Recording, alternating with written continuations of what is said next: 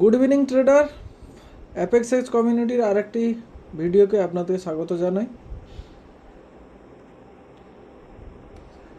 আমরা আজ সকালে গোল্ডকে যেভাবে অ্যানালাইসিস করেছিলাম সেই হিসাবে গোল্ড কেমন পারফরমেন্স দিয়েছে সেটা আজ এখন আমাদের দেখার। আমরা সকালেই আলোচনা করেছিলাম যে এই রেজিস্ট্যান্স লেভেল ব্রেক করে যখন গোল্ড এই রেজিস্ট্যান্স এরিয়াকে একবার রিটেস্ট করতে আসবে, আমরা তখন এন্ট্রি বানাতে পারি এবং এই কনসিডারেটর এরিয়ার নিচে আমরা এসএল রাখতে পারি। তো সেই হিসাবে গোল্ড প্রথমে আমাদের এখানে ব্রেকআউট দেয়, আমরা ওয়েট করি, তারপর আমরা অ্যাপেক্স এক্স কমিউনিটিতে আমাদের ট্রেড প্ল্যান করি এবং আমরা সেখান থেকে অ্যাপ্রক্স প্রায় 30 পয়েন্ট আমরা ক্যাপচার করি। আমাদের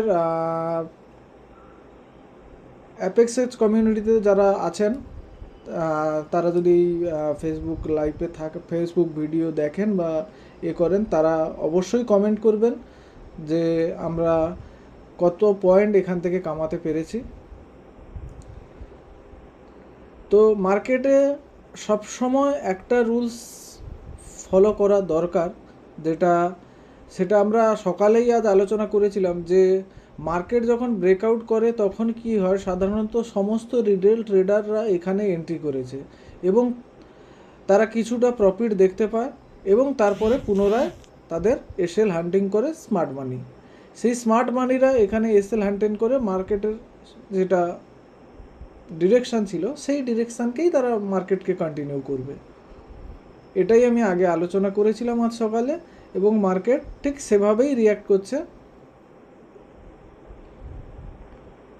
আমাদের সিম্পল লজিক ছিল আজকে, সেই হিসাবে আশা করি সবাই ভালো প্রফিট করতে পেরেছেন।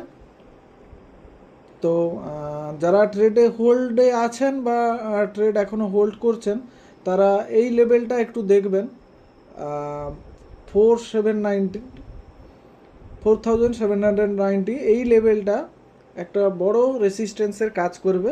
তো আপনারা চাইলে এখানে আপনাদের পজিশানকে কাটতে পারেন কিংবা আপনি এসএল ট্রেল করে করে এগোতে পারেন।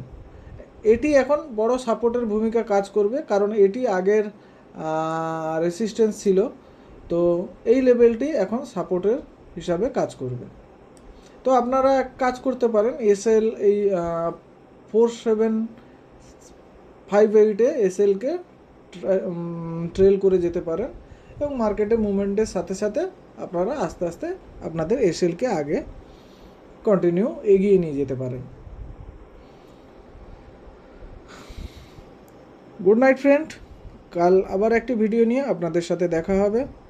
অ্যাপেক্স কমিউনিটির ভিডিও দেখার জন্য আপনাদের সকলকে অনেক অনেক অনেক ধন্যবাদ।